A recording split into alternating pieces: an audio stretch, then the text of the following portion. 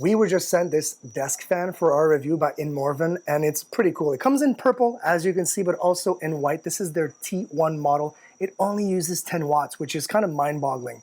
So now, yes, it comes with a USB-C, and I've got it plugged in right now, but I don't need it.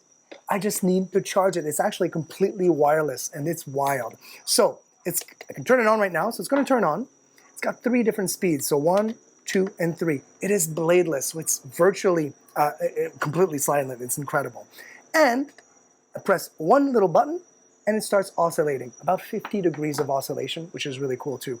It's got a timer, 1, 2, 3, or 4-hour timer. And the cool thing too, it's got a little night light as well. I love this little thing. 10 watts means that at its lowest power, after only 5 hours of charging, you can go a whole 24 hours running completely wirelessly. So can you imagine, not just for home or camping if you wanted to, but if you don't have access to maybe able to plug something in next to your bed, you can have that right there, cooling you off on those hot summer nights. It's really, really nice. I love the design as well. So again, purple or white. This is their T1 model by Inmorven. I'm a big fan. It's extremely light, of course, as well, and pluggable or wireless.